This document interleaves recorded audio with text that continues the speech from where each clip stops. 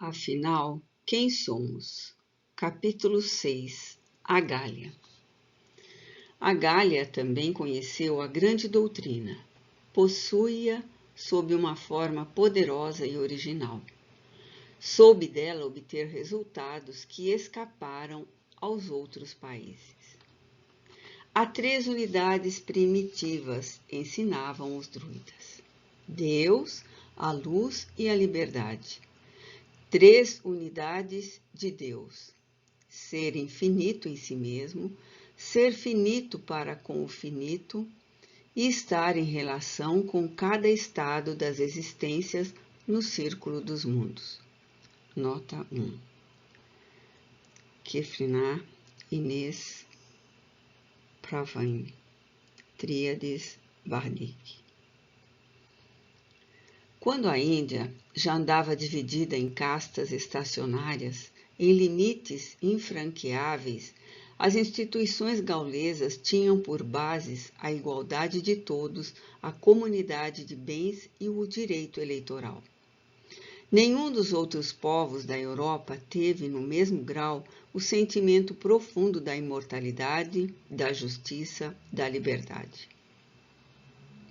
É com veneração que devemos estudar as tendências filosóficas da Gália, porque aí encontraremos fortemente denunciadas todas as qualidades e também todos os defeitos de uma grande raça.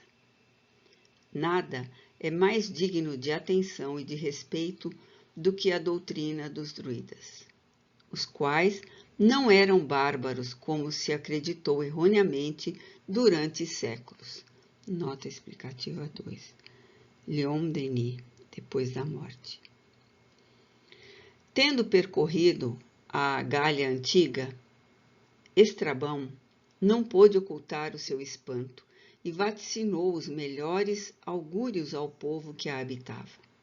Efetivamente, a raça gaulesa causa admiração do mundo pelos inesgotáveis recursos de que dispõe e que sintetizam todas as harmonias de seu sentimento. Nota explicativa 3. Padre V. Machal, o Espírito Consolador. Por muito tempo, só conhecemos os gauleses pelos autores latinos e pelos escritores católicos. Mas essas fontes devem a justo título ser suspeitas, pois os autores tinham interesses diretos em desacreditá-los e desfigurar-lhe as crenças. César descreve-os com evidente intenção de se exaltar aos olhos da posteridade. Nota 4. César. Commentaire de la guerre de Gaulle. Dando margem a Polião e a Suetônio descobrirem inexatidões e erros deliberados. Os próprios cristãos só viam nos druidas homens sanguinários e violentos. Em seu culto, somente encontraram práticas grosseiras. Entretanto, Lucano, Horácio e Florus consideravam a raça gaulesa como depositária dos mistérios do nascimento e da morte, e certos padres da Igreja, Cirilo, Clemente de Alexandria e Orígenes, nota 5. Clemente de Alexandria, Strumitz, 6. Distinguem-nos com cuidado da multidão dos idólatras, conferindo-lhes o título de filósofos. Reportando-se às origens primitivas de seus ensinos, aí veremos a ideia das vidas sucessivas pairar, de início, sobre os seus cânticos. Debati-me em 100 mundos, e em 100 círculos vivi. Canto bárbico. Para nós, as almas não se sepultam nos sombrios reinos do Erebor, mas sim voam a animar outros corpos em novos mundos. A morte não é senão o termo de uma vida. Felizes os que não se arreceiam no momento supremo da vida. Daí o seu heroísmo no meio de sangrentos combates e o seu desprezo pela morte. Nota 6. Lucano, Farsalhas, I. Era a tradição por excelência. Os despojos dos guerreiros mortos, diziam, não mais são que invólucros gastos, e como indignos de atenção, abandonavam-nos no campo de batalha, o que causava grande surpresa para os seus inimigos. Pode o corpo, diziam eles, atolar-se na lama, chafurdar-se na imundície, porque a alma imaculada permanecerá sempre pura. Os gauleses tinham a certeza de reviver em corpo e alma nos mundos que turbilhonavam pelo infinito. A esse respeito, tão viva fé alimentavam que uns aos outros emprestavam dinheiro para ser pago noutra esfera. A morte, para eles, era uma simples emigração. Muitas vezes, um irmão se oferecia para morrer em lugar do seu irmão, um amigo em lugar do outro amigo. Combatiam a peito descoberto e desconheciam a couraça. Segundo eles, os cadáveres de guerreiros que juncavam o campo de batalha não representavam mais que vestes espatifadas. Tinham por símbolo verdadeiramente sagrado o visco que crescia nos robles. O carvalho, emblema da força, dignificava Deus, eterna fonte da vida. O visco, sempre verde, apesar das geadas, e enxertado no carvalho, sem com ele se confundir, figurava o espírito imortal.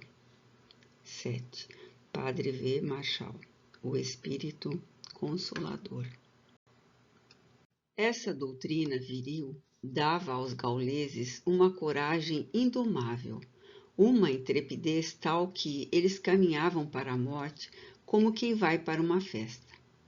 Enquanto os romanos se cobriam de bronze e ferro, despiam ele as vestes e combatiam a peito nu, considerando covardia usar-se de astúcias guerreiras. Conta-nos D'Arrobat Gibanville, professor do Colégio de França. Os progressos dos estudos célticos, 8. Ratenano, Philosophie Gauloise, Alfred de Menil. Immortalité, Jean Renaud, L'Esprit de la Gula. A publicação das tríades e os cânticos bárdicos permitem-nos encontrar em fontes seguras uma justa apreciação de tais crenças. A filosofia dos druidas, reconstituída em toda a sua amplidão, confirma-se com a doutrina secreta do Oriente e com a dos espiritualistas modernos, pois, como estes, também divulga as existências progressivas da alma na escala dos mundos. 9. Vota Piceta, Galerie des Naturalistes. Os gauleses, como já dissemos, criam com fé vivaz a vida progressista da personalidade humana. E tão grande era a certeza das vidas futuras que dividiam o universo em 3 círculos: o de Deus, morada da essência divina; o da felicidade, morada dos espíritos puros; e o das viagens, morada dos espíritos que se estão depurando. Os druidas não eram somente homens valentes, eram também sábios profundos. Seu culto era o da natureza, celebrado sob a abóbada sombria dos carvalhos ou sobre as penedias batidas pelas tempestades. As tríades, 10. Ed Williams, Tríades, traduzido conforme o original gaulês. São o mais belo e maravilhoso monumento que nos resta da antiga sabedoria dos bardos e dos druidas. Abrem perspectivas sem limites à vista admirada do investigador. Proclamam a evolução das almas partidas de Anoif, o abismo, subindo vagamente a longa espiral das existências, a Pred, para chegarem depois de muitas mortes e renascimentos a Kenvit, o círculo da felicidade. 3 condições são indispensáveis para chegar à plenitude, ciência e virtude: transmigrar em Apred, transmigrar em Kenvet e recordar-se das coisas passadas em Anoif. 3 meios eficazes de Deus em Apred, círculo dos mundos planetários, para dominar o mal e vencer a sua oposição em relação ao círculo de Kenfit, círculo dos mundos felizes, a necessidade, a perda da memória e a morte. Os 3 poderes, fundamentos da ciência e da sabedoria. A transmigração completa por todos os estados dos seres. A lembrança de cada transmigração e dos seus incidentes. O poder de passar de novo à vontade por um estado qualquer em vista de experiência e do julgamento. Será isso obtido no círculo de Kenvi. 11. Tríades 19, 21 e 36. Segundo as tríades, a alma gera-se no seio do abismo, a 9. Aí reveste as formas rudimentares da vida. Só adquire a consciência e a liberdade depois de ter estado por muito tempo imersa nos baixos instintos. Eis o que a respeito diz o cântico do bardo Taliesin, célebre em toda a Gália. Existindo desde toda a antiguidade, no seio dos vastos oceanos, não nasci de um pai e de uma mãe, mas das formas elementares da natureza, dos ramos da bétula, do fruto das florestas, das flores das montanhas. Brinquei à noite, dormi pela aurora, fui víbora no lago, águas nas nuvens, lince nas selvas. Depois, eleito por Yom, Espírito Divino, sábio dos sábios, adquiri a imortalidade. Bastante tempo decorreu e depois fui pastor. Vaguei longamente sobre a terra antes de me tornar hábil na ciência. Enfim, brilhei entre os seres superiores, revestido dos hábitos sagrados. Empunhei a taça dos sacrifícios. Vivi 100 mundos, agitei-me em 100 círculos. 12. Colher Pardas. Em sua peregrinação imensa, ensinavam os gauleses, a alma percorre os 3 círculos que correspondem a 3 estados sucessivos.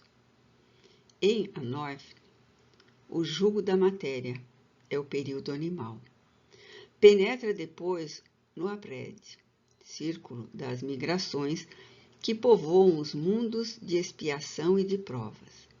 A Terra é um desses mundos. E a alma se incorpora bastante vezes em sua superfície. À custa de uma luta incessante, liberta-se das influências corporais do mundo e deixa o círculo das encarnações para atingir Kenvit, círculo dos mundos venturosos ou da felicidade, abrindo-se os horizontes encantadores da espiritualidade. Ainda mais acima desses círculos se desenrolam as profundezas do Kengant, círculo do infinito, que encerra todos os outros e que só pertence a Deus. Longe de se aproximar do panteísmo, Como a maior parte das doutrinas orientais, o druidismo afasta-se dele por uma percepção inteiramente diferente sobre a divindade. A sua concepção sobre a vida também não é menos notável. Conforme as tríades, nenhum ser é joguete da fatalidade, nem favorito de uma graça caprichosa, visto preparar e edificar por si próprio seus destinos. O seu alvo não era a procura de satisfações efêmeras, mas sim a elevação pelo sacrifício e pelo dever bem cumprido. A existência figuravam-na como um campo de batalha onde o bravo conquistava seus postos, exaltando as qualidades e joirando os costumes. Entretanto, parece ter se afastado da verdade em certo ponto, ao estabelecer que a alma culpada, perseverando no mal, perde o fruto de seus trabalhos e recai nos graus inferiores da vida, donde lhe será necessário recomeçar a longa e penosa ascensão. Mas ajuntam as tríades. A perda da memória lhe permite recomeçar a luta sem ter por obstáculos o remorso e as irritações do passado. Os druidas comunicavam-se com o mundo invisível. 1000 testemunhas o atestam. No recinto de pedra evocavam os mortos. As druidezas e os bardos proferiam oráculos, tinham visões de seus mortos queridos, conversavam com seres espirituais. Nota 13. Vide os seguintes autores: Flammarion, Victor Hugo, C. Bonnet, Dupont de Nemours, Ballanque, Leon Denis, Edouard Chiré e outros. A comemoração dos mortos é de iniciativa gaulesa. A 1º de novembro celebrava-se a festa dos espíritos, não nos cemitérios. Os gauleses não honravam os cadáveres, mas sim em cada habitação, onde os bardos e os videntes evocavam as almas dos defuntos. No entender deles, os bosques e as charnecas eram povoados por espíritos errantes. Os dus e os corrigans eram almas à procura de novas encarnações. Uma coisa capital faltava-lhes, entretanto: a ideia da fraternidade. O druidismo fortificava na alma o sentimento do direito e da liberdade. Mas, se os gauleses se sabiam iguais, nem por isso se sentiam fraternos. Daí essa falta de unidade que perdeu a Gália. Curvada sob a opressão de vários séculos, purificada pela desgraça, esclarecida por luzes novas, tornou-se por excelência indivisível. A lei da caridade e do amor, a melhor que o cristianismo lhe fez reconhecer, veio completar o ensino dos druidas e formar uma síntese filosófica e moral plena de grandeza.